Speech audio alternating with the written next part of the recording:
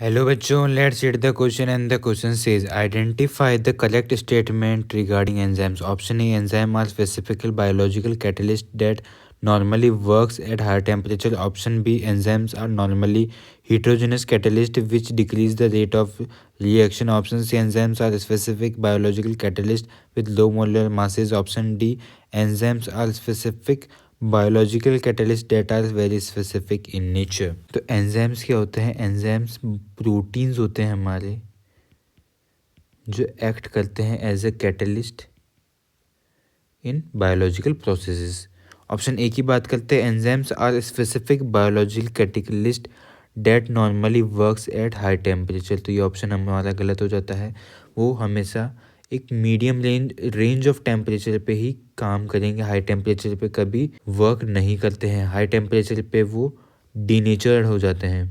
Denatured इसलिए हो जाते हैं क्योंकि वो फॉर्मड होते हैं प्रोटीन से, और प्रोटीन्स हमें पता है कि प्रोटीन्स की secondary and tertiary and quaternary जो स्ट्रक्चर है वो हाई टेम्परेचर के ऊपर डिस्ट्रॉय हो जाता है। ऑप्शन बी की बात करते हैं, enzymes are normally heterogeneous catalyst which decrease the reaction rate. तो ये ऑप्शन है हमारा गलत।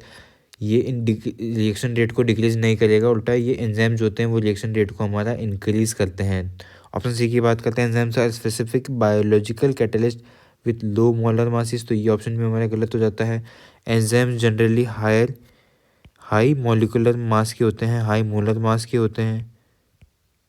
जो इनका रेंज होती है मोलर मासेस की वो होती है 10,000 डेल्टन टू 2 लाख डेल्टन्स।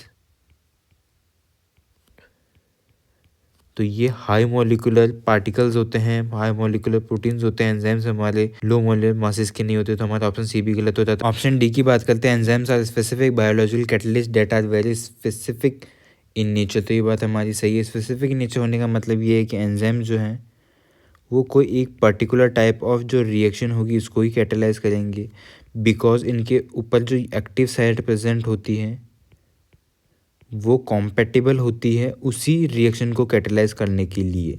तो ये इसलिए होते हैं वेरी स्पेसिफिक इन नेचर। तो हमारा करेक्ट आंसर है ऑप्शन डी।